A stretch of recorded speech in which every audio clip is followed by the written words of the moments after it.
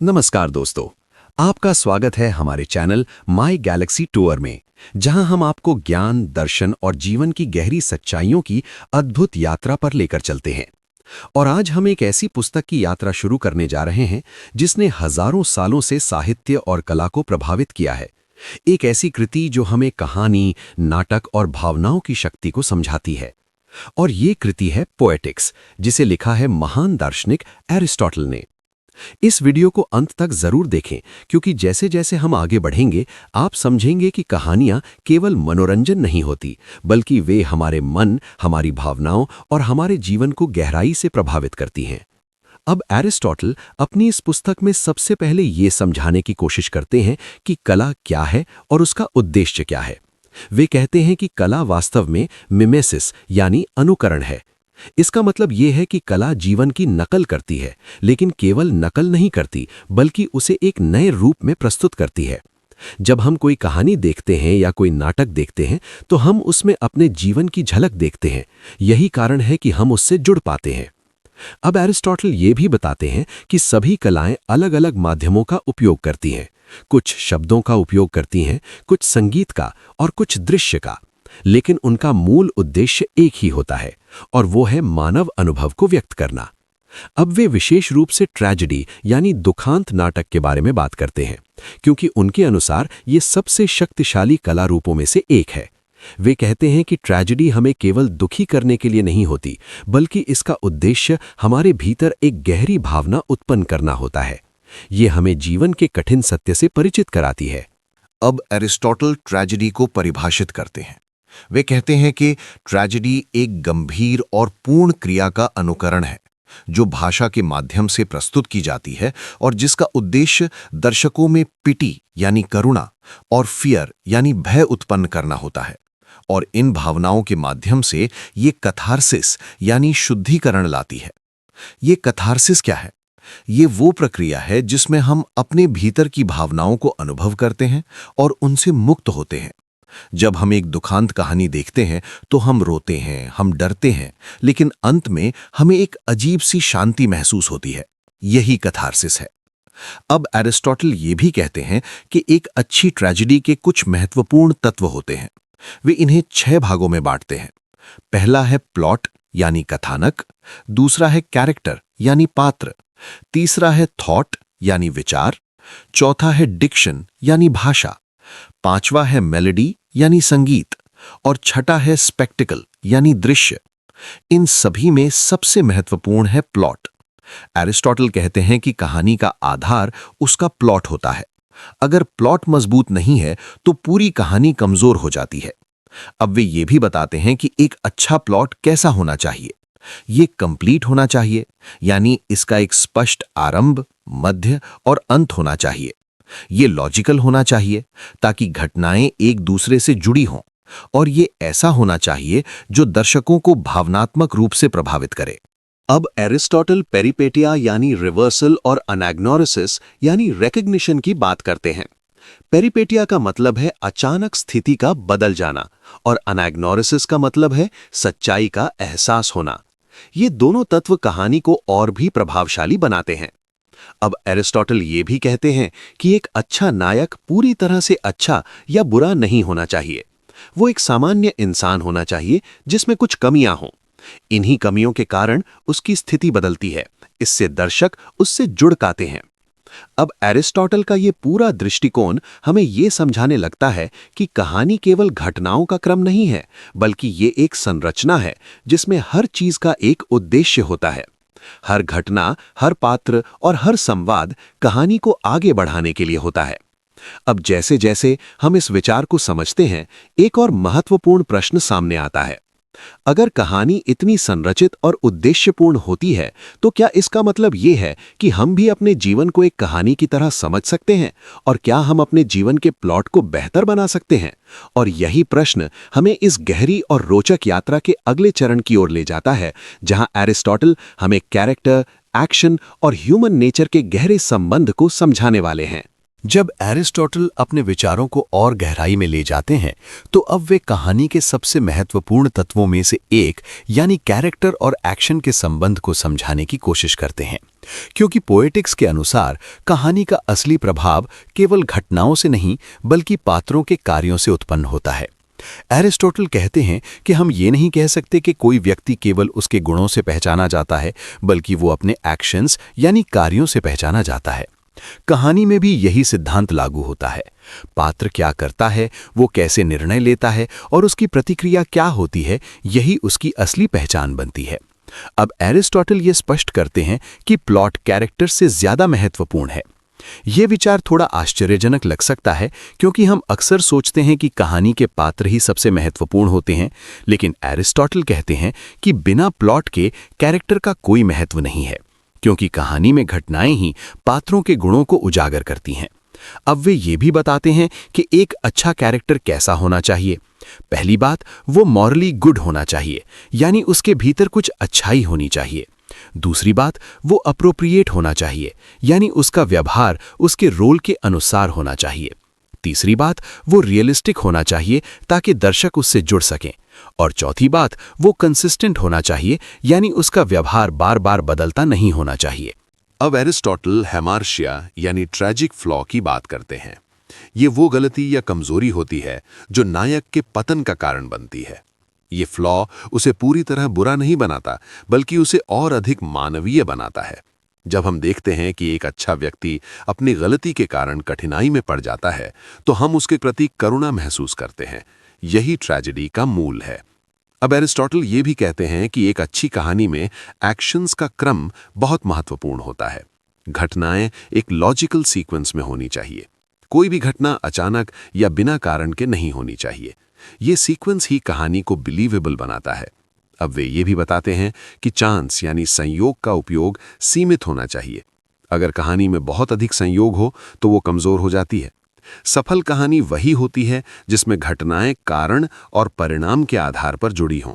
अब एरिस्टोटल का ये दृष्टिकोण हमें ये समझाने लगता है कि जीवन में भी हमारे एक्शंस ही हमारी पहचान बनाते हैं। हम क्या सोचते हैं ये महत्वपूर्ण है, लेकिन हम क्या करते हैं ये उससे भी ज्यादा महत्वपूर्ण है। अब वे ये भी कहते हैं कि एक अच्छा कैरेक्टर अपने डिसीजंस के माध्यम से विकसित होता है। वो परिस्थितियों का सामना करता है और अपने निर्णयों के आधार पर आगे बढ़ता है। यही उसे मजबूत या कमजोर बनाता है।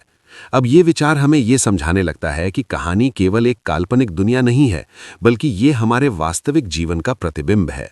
हम भी अपने जीवन के पात्र हैं और हमारे एक्शंस ही हमारे जीवन की दिशा तय करते हैं। अब जैसे जैसे हम इस समझ को और गहराई में ले जाते हैं, एक और महत्वपूर्ण प्रश्न सामने आता है। अगर एक्शंस और डिसीजंस इतने महत्वपूर्ण हैं, तो क्या हम अपने जीवन के डिसीजंस को बदलकर अपने जीवन की कहानी को बदल सकते हैं? और यही प्रश्न हमें इस यात्रा के अगले चरण की ओर ले जाता है, जहां एरिस्टोटल हमें थॉट, लैंग्वेज और एक्सप्रेशन की शक्ति को समझाने वाले हैं।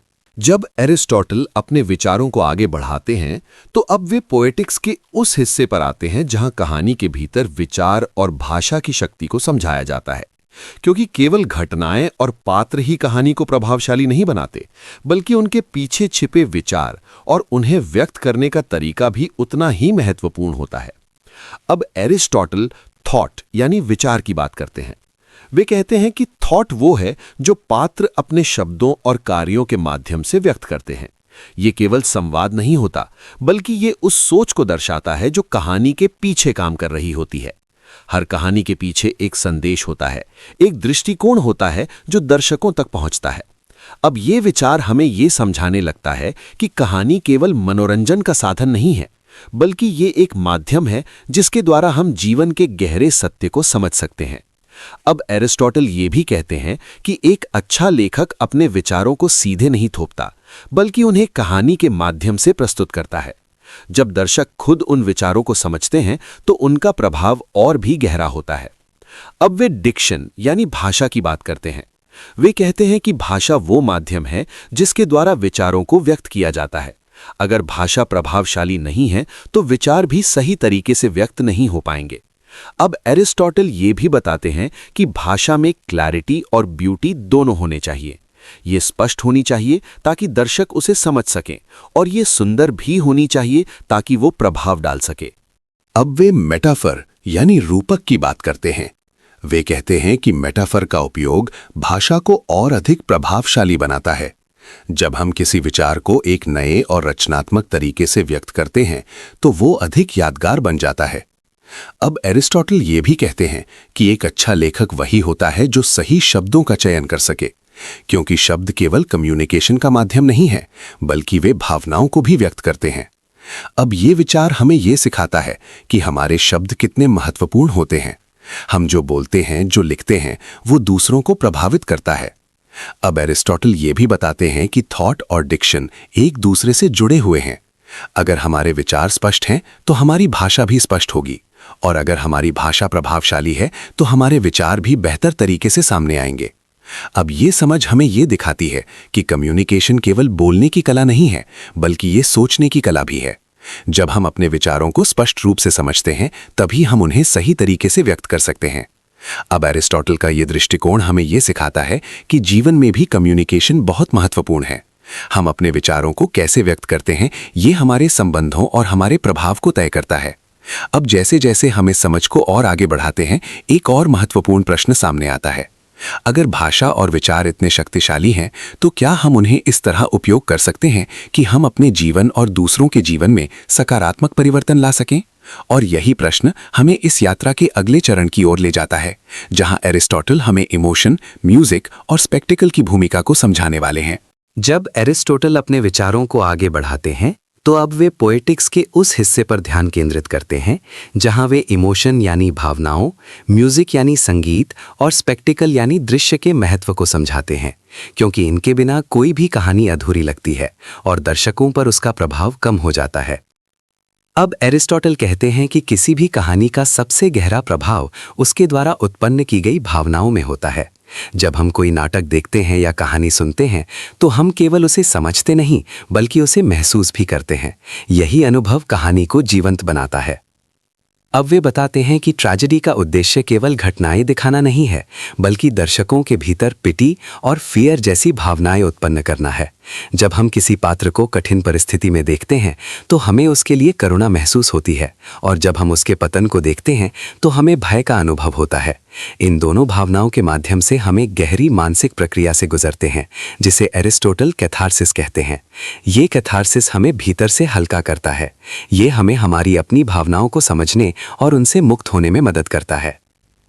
अब एरिस्टोटल ये भी बताते हैं कि इमोशन को प्रभावशाली बनाने के लिए कहानी में सही बैलेंस होना चाहिए। अगर भावनाएं बहुत ज़्यादा हों तो कहानी अनरियलिस्टिक लग सकती है, और अगर बहुत कम हों तो कहानी प्रभावहीन हो जाती है। इसलिए एक अच्छा लेखक जानता है कि कब और कैसे भावनाओं को प्रस्तुत करना है। अब वे म्यूजिक यानी मेलोडी की बात करते हैं। वे कहते हैं कि संगीत कहानी के प्रभाव को और बढ़ाता है। ये भावनाओं को गहराई देता है और दर्शकों को कहानी के साथ जोड़ता है।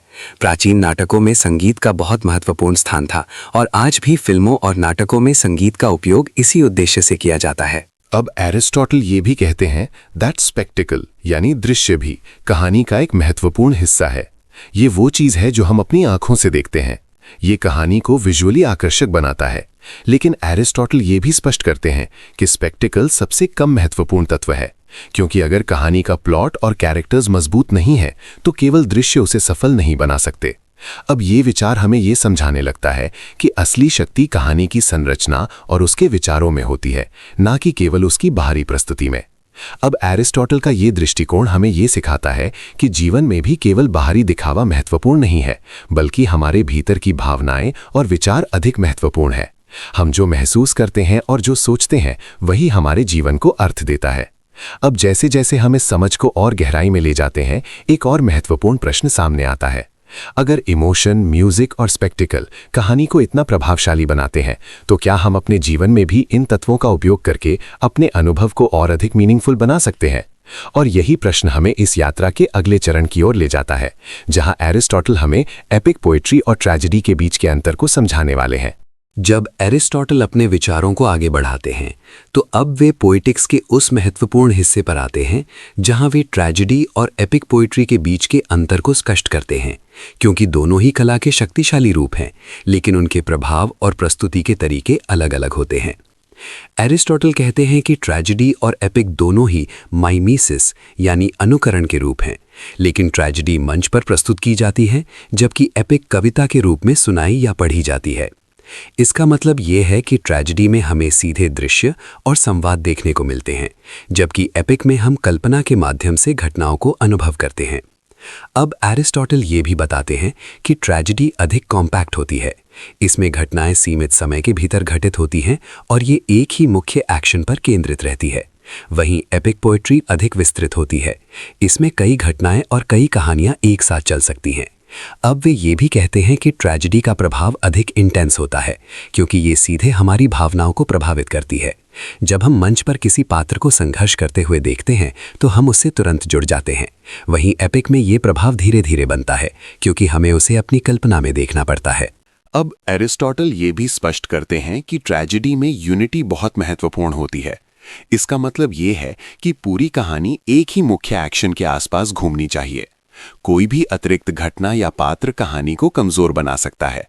वहीं एपिक में ये यूनिटी थोड़ी ढीली होती है, क्योंकि उसमें विस्तार की गुंजाइश होती है।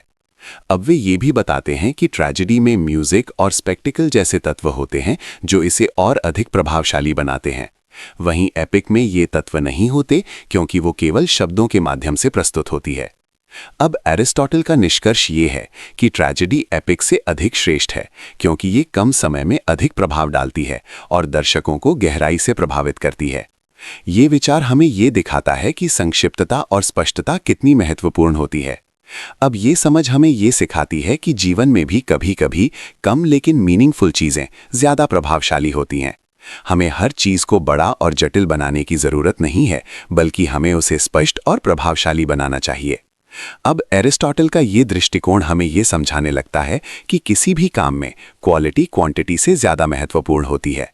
चाहे वो कहानी हो या हमारा जीवन, अगर उसमें स्पष्टता और उद्देश्य है तो वो अधिक प्रभाव डालता है। अब जैसे जैसे हमें समझ को और आगे बढ़ाते हैं, एक और महत्वपूर्ण प्रश्न सामने आता है। अगर ट्रेजेडी को इतना शक्तिशाली माना गया है तो एक परफेक्ट ट्रेजेडी कैसी होनी चाहिए और उसमें कौन कौन से तत्व होने चाहिए? और यही प्रश्न हमें इस यात्रा के अगले चरण की ओर ले जाता है, जहां एरिस्टोटल आइडियल ट्रेजेडी के सिद्धांत को विस्तार से समझाने वाले हैं। जब एरिस्टोटल अपने विचारों को और गहराई में ले जाते हैं तो अब वे पोएटिक्स के उस महत्वपूर्ण हिस्से पर आते हैं जहां वे आइडियल ट्रेजेडी यानी एक आदर्श दुखांत नाटक की संरचना और उसके आवश्यक तत्वों को विस्तार से समझाते हैं। एरिस्टोटल कहते हैं कि एक परफेक्ट ट्रेजेडी वो होती है जो दर्शकों के मन में गहरी भावनाएं उत्पन्न करे और उन्हें कैथारसिस का अनुभव कराए। लेकिन ये केवल भावनाओं पर निर्भर नहीं करता, बल्कि इसकी संरचना भी बहुत महत्वपूर्ण होती है। अब वे कहते हैं कि एक आइडियल ट्रेजेडी में सबसे महत्वपूर्ण चीज है उसका प्लॉट। ये इतना सशक्त होना चाहिए कि वो दर्शकों को शुरुआत से अंत तक बांध कर रखे। अब एरिस्टोटल प्लॉट को दो भागों में बांटते हैं, सिंपल प्लॉट और कॉम्प्लेक्स प्लॉट। सिंपल प्लॉट वो होता है जिसमें घटनाएं बिना किसी बड़े बदलाव के सीधे क्रम में आगे बढ़ती हैं। लेकिन कॉम्प्लेक्स प्लॉट अधिक प्रभावशाली होता है, क्योंकि इसमें पेरिपेटिया यानी रिवर्सल और एनाग्नोरिसिस यानी रेकग्निशन शामिल होते हैं। यही तत्व कहानी को गहराई और रोचकता देते हैं। अब एरिस्टोटल कहते हैं कि एक आइडियल ट्रेजेडी में ये दोनों तत्व होने चाहिए। जब नायक की स्थिति अचानक बदलती है और उसे किसी सच्चाई का एहसास होता है तो दर्शकों पर उसका प्रभाव बहुत गहरा होता है। अब वे ये भी बताते हैं कि ट्रेजेडी का नायक कैसा होना चाहिए। वो ना तो पूरी तरह अच्छा होना चाहिए और ना ही पूरी तरह बुरा। अगर वो बहुत अच्छा होगा तो उसका पतन दर्शकों को अन्यायपूर्ण लगेगा, और अगर वो बहुत बुरा होगा तो उसके लिए कोई करुणा महसूस नहीं होगी। इसलिए वो एक सामान्य व्यक्ति होना चाहिए जिसमें कुछ कमियां हों। इन्हीं कमियों के कारण उसकी स्थिति बदलती है। अब एरिस्टोटल हमार्तिया यानी ट्रैजिक फ्लॉ को बहुत महत्वपूर्ण मानते हैं। ये वो गलती होती है जो नायक को कठिनाई में डालती है। ये फ्लॉ उसे मानवीय बनाता है और दर्शकों को उससे जोड़ता है। अब वे ये भी कहते हैं कि एक आइडियल ट्रेजेडी में वायलेंस या हॉरर को सीधे दिखाने की बजाय उसे इस तरह प्रस्तुत करना चाहिए कि वो दर्शकों के मन में गहरी छाप छोड़े, क्योंकि जो चीज हम अपने मन में महसूस करते हैं वो अधिक प्रभावशाली होती है। अब एरिस्टोटल ये भी बताते हैं कि ट्रेजेडी का अंत कैसा होना चाहिए। ये ऐसा होना चाहिए जो दर्शकों को सोचने पर मजबूर करे और उन्हें एक गहरी अनुभूति दे। ये केवल एक घटना का अंत नहीं होना चाहिए, बल्कि ये एक भावनात्मक और मानसिक यात्रा का निष्कर्ष होना चाहिए। अब ये सभी बातें हमें ये दिखाती हैं कि एक महान कहानी केवल कल्पना का परिणाम नहीं होती, बल्कि ये एक सुविचारित संरचना और गहरे अंडरस्टैंडिंग का परिणाम होती है। अब एरिस्टोटल का ये दृष्टिकोण हमें ये सिखाता है कि अगर हम किसी भी क्षेत्र में एक्सेलेंस प्राप्त करना चाहते हैं तो हमें उसकी मूल संरचना और सिद्धांतों को समझना होगा। अब जैसे जैसे हम इस समझ को और गहराई में ले जाते हैं, एक और महत्वपूर्ण प्रश्न सामने आता है। अगर एक आदर्श ट्रेजेडी इतनी संरचित और प्रभावशाली होती है तो क्या हम इन सिद्धांतों को आधुनिक स्टोरी टेलिंग और अपने जीवन में भी लागू कर सकते हैं? और यही प्रश्न हमें इस यात्रा के अगले चरण की ओर ले जाता है, जहां एरिस्टोटल के विचारों की आधुनिक रेलेवेंस को समझा जाएगा। जब एरिस्टोटल के विचारों को हम आज के समय के संदर्भ में देखते हैं तो हमें ये एहसास होता है कि पोएटिक्स केवल प्राचीन नाटक या साहित्य तक सीमित नहीं है, बल्कि ये आज की फिल्मों, वेब सीरीज और हमारी रोजमर्रा की स्टोरी टेलिंग पर भी उतना ही लागू होता है। आज हम जो भी फिल्म देखते हैं या कोई भी कहानी सुनते हैं, उसमें एरिस्टोटल के सिद्धांत कहीं ना कहीं छिपे हुए होते हैं। हर अच्छी कहानी में एक मजबूत प्लॉट होता है, रिलेटेबल कैरेक्टर्स होते हैं और एक ऐसा भावनात्मक सफर होता है जो हमें कहानी से जोड़ता है। अब अगर हम मॉडर्न सिनेमा को देखें तो हमें पेरिपेटिया और एनाग्नोरेसिस के कई उदाहरण मिलते हैं। कहानी में अचानक आने वाला ट्विस्ट और फिर सच्चाई का खुलासा हमें अंत तक बांधे रखता है।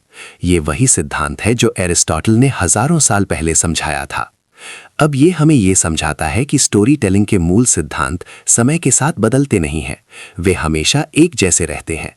अब एरिस्टोटल के विचार केवल कला तक सीमित नहीं हैं, बल्कि वे हमारे जीवन पर भी लागू होते हैं। हमारा जीवन भी एक कहानी की तरह है जिसमें हम खुद ही नायक होते हैं। हमारे डिसीजंस, हमारे एक्शंस और हमारे एक्सपीरियंसेस ही हमारे जीवन का प्लॉट बनाते हैं।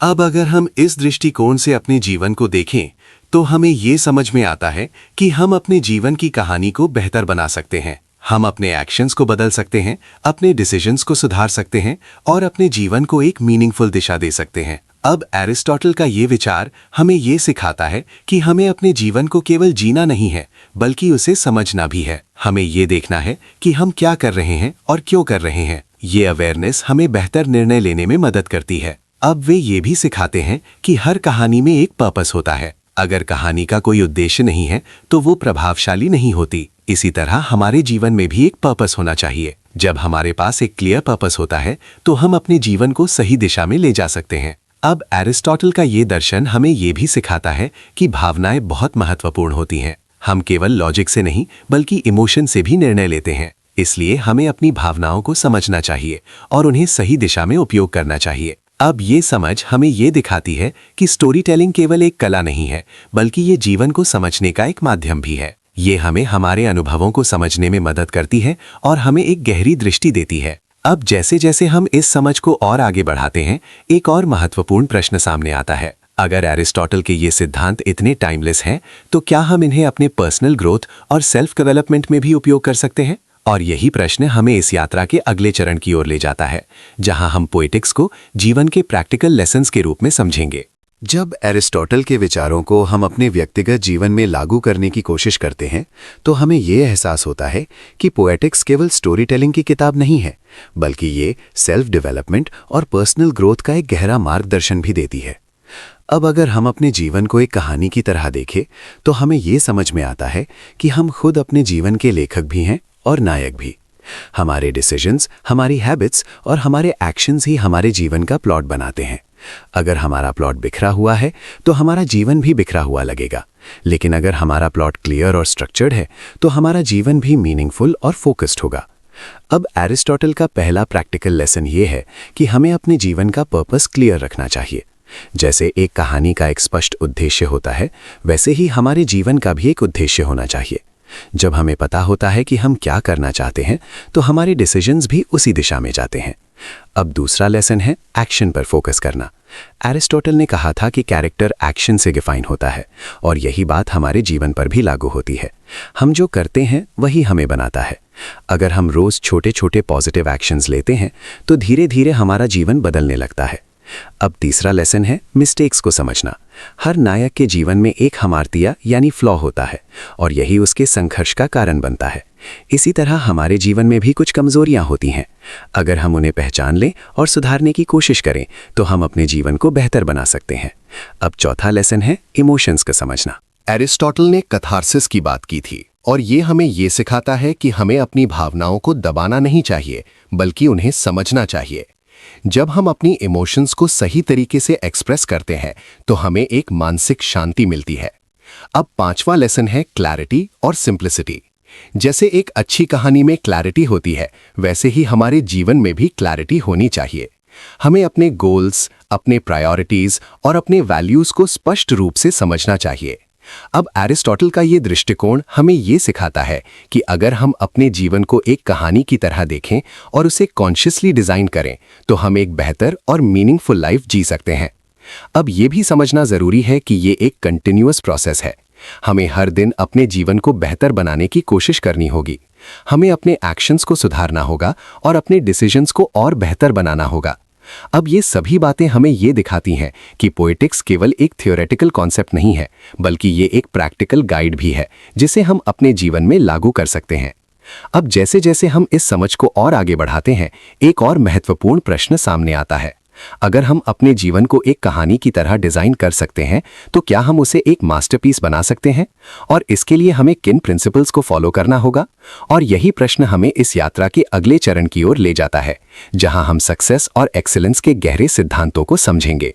जब एरिस्टोटल के विचारों को हम और गहराई से अपने जीवन में उतारते हैं, तो अब हम उस स्तर पर पहुंचते हैं जहां हम केवल अपने जीवन को समझते नहीं, बल्कि उसे एक मास्टरपीस बनाने की दिशा में काम करना शुरू करते हैं। और यही पोएटिक्स का सबसे गहरा प्रैक्टिकल अर्थ है। अब अगर हम अपने जीवन को एक महान कहानी बनाना चाहते हैं, तो हमें कुछ मूलभूत सिद्धांतों को अपनाना होगा। पहला सिद्धांत है एक्सीलेंस, यानी उत्कृष्टता। एरिस्टोटल कहते हैं कि हर कला का एक उद्देश्य होता है और उसका सर्वोच्च रूप एक्सीलेंस होता है। इसी तरह हमारे जीवन का भी एक उद्देश्य होना चाहिए और हमें हर काम में अपना बेस्ट देने की कोशिश करनी चाहिए। अब एक्सीलेंस का मतलब परफेक्शन नहीं है, बल्कि ये लगातार बेहतर बनने की प्रक्रिया है। हमें हर दिन अपने आप को थोड़ा थोड़ा इम्प्रूव करना है। अब दूसरा सिद्धांत है यूनिटी, यानी एकता। जैसे एक अच्छी कहानी में यूनिटी होती है, वैसे ही हमारे जीवन में भी यूनिटी होनी चाहिए। हमारे गोल्स, हमारे एक्शंस और हमारे वैल्यूज एक ही दिशा में होने चाहिए। अगर हम एक साथ कई दिशाओं में भागते हैं तो हम कहीं भी नहीं पहुंच पाते। अब तीसरा सिद्धांत है फोकस। सफल लोग जानते हैं कि उन्हें क्या करना है और वे उसी पर ध्यान देते हैं। वे डिस्ट्रैक्शन से दूर रहते हैं और अपने काम में पूरी तरह डूब जाते हैं। ये फोकस ही उन्हें एवरेज लोगों से अलग बनाता है। अब चौथा सिद्धांत है करेज, यानी साहस। हर महान कहानी में नायक को कठिनाइयों का सामना करना पड़ता है। इसी तरह हमारे जीवन में भी चैलेंजेस आते हैं, लेकिन अगर हम साहस के साथ उनका सामना करें तो हम उन्हें पार कर सकते हैं। अब पांचवा सिद्धांत है मीनिंग, यानी अर्थ। एरिस्टोटल के अनुसार एक अच्छी कहानी वही होती है जिसमें एक गहरा अर्थ हो। इसी तरह हमारे जीवन में भी मीनिंग होना चाहिए। हम जो भी करें उसमें एक उद्देश्य होना चाहिए। अब ये सभी सिद्धांत हमें ये सिखाते हैं कि जीवन केवल जीने का नाम नहीं है, बल्कि उसे एक कला की तरह जीने का नाम है। हमें अपने जीवन को कॉन्शियसली डिजाइन करना है और उसे एक मास्टरपीस बनाना है। अब ये भी समझना जरूरी है कि ये एक दिन में नहीं होगा। ये एक लंबी प्रक्रिया है जिसमें हमें धैर्य और निरंतरता की जरूरत होगी। हमें अपने रास्ते में आने वाली कठिनाइयों का सामना करना होगा और उनसे सीखना होगा। अब एरिस्टोटल का ये दृष्टिकोण हमें ये दिखाता है कि हर व्यक्ति के पास एक कहानी है, लेकिन हर कोई उसे एक महान कहानी नहीं बनाता। जो लोग अपने जीवन को समझते हैं, उसे कॉन्शियसली शेप करते हैं और अपने उद्देश्य के साथ जीते हैं, वही अपनी कहानी को खास बनाते हैं। अब जैसे जैसे हम इस समझ को अपने जीवन में लागू करते हैं, एक अंतिम और सबसे महत्वपूर्ण प्रश्न सामने आता है। अगर हम अपने जीवन को एक मास्टरपीस बना सकते हैं, तो इसका अंतिम उद्देश्य क्या है और हमें किस दिशा में आगे बढ़ना चाहिए? और यही प्रश्न हमें इस यात्रा के अंतिम चरण की ओर ले जाता है, जहां हम इस पूरी समझ का सार जानेंगे और ये समझेंगे कि एरिस्टोटल के इस महान दर्शन का हमारे जीवन के लिए सबसे बड़ा संदेश क्या है। जब हम इस पूरी गहरी और ज्ञान से भरपूर यात्रा को एक साथ देखते हैं, तो हमें ये स्पष्ट रूप से समझ में आता है कि पोएटिक्स केवल नाटक और कहानी लिखने की कला नहीं सिखाती, बल्कि ये हमें जीवन को समझने और उसे बेहतर तरीके से जीने की कला भी सिखाती है। और इस महान दृष्टिकोण को दुनिया के सामने रखने वाले हैं एरिस्टोटल। इस पूरी यात्रा का सबसे बड़ा संदेश ये है कि जीवन एक कहानी की तरह है और हम उसके लेखक भी हैं और नायक भी। हमारे डिसीजंस, हमारे एक्शंस और हमारे विचार ही हमारे जीवन का प्लॉट बनाते हैं। अगर हम अपने जीवन को बिना समझे जीते हैं तो वो एक बिखरी हुई कहानी बन जाती है, लेकिन अगर हम उसे कॉन्शियसली डिजाइन करते हैं तो वो एक मास्टरपीस बन सकती है। एरिस्टोटल हमें ये सिखाते हैं कि हर महान कहानी की तरह हमारे जीवन में भी स्ट्रक्चर, पर्पस और मीनिंग होना चाहिए। हमें अपने जीवन के गोल्स को स्पष्ट रखना चाहिए, अपने एक्शंस को सही दिशा में ले जाना चाहिए और अपने वैल्यूज के साथ जीना चाहिए। अब इस पूरी यात्रा का एक और महत्वपूर्ण संदेश ये है कि इमोशंस और एक्सपीरियंसेस हमारे जीवन का एक महत्वपूर्ण हिस्सा है। हमें अपनी भावनाओं को समझना चाहिए, उन्हें स्वीकार करना चाहिए और उनसे सीखना चाहिए। यही हमें एक गहरी समझ और संतुलन देता है। अब एरिस्टोटल का ये दर्शन हमें ये भी सिखाता है कि परफेक्शन जरूरी नहीं है, लेकिन ग्रोथ जरूरी है। हमें हर दिन अपने आप को थोड़ा थोड़ा बेहतर बनाना है और अपने जीवन को एक मीनिंगफुल दिशा में ले जाना है। अब इस पूरी समझ का सार ये है कि जीवन को केवल जीना नहीं है, बल्कि उसे समझना और उसे एक कला की तरह जीना है। जब हम ऐसा करते हैं तो हम न केवल सफल बनते हैं, बल्कि एक संतुष्ट और पूर्ण जीवन भी जीते हैं। अगर इस पूरी यात्रा को एक पंक्ति में समझा जाए तो वो ये है कि जीवन एक कहानी है, उसे महान बनाना हमारे हाथ में है। तो आज से ही अपने जीवन को एक नई नज़र से देखना शुरू कीजिए। अपने डिसीजंस को कॉन्शियसली लीजिए, अपने एक्शंस को सुधारिए और अपने जीवन को एक मास्टरपीस बनाने की दिशा में कदम बढ़ाइए। अगर आपको ये ज्ञानवर्धक और जीवन को बदल देने वाली यात्रा पसंद आई हो तो वीडियो को लाइक जरूर करें, चैनल को सब्सक्राइब करें और बेल आइकन दबाना ना भूलें, ताकि ऐसी ही और भी अद्भुत किताबों और दर्शन की गहरी समरी आप तक सबसे पहले पहुंच सके। हमारे चैनल माई गैलेक्सी टूर के साथ जुड़े रहें, जहां हम आपको ज्ञान, दर्शन और जीवन की सच्चाइयों की प्रेरणादायक यात्रा पर लेकर आते हैं, जो आपके सोचने का तरीका बदल सकती हैं। धन्यवाद।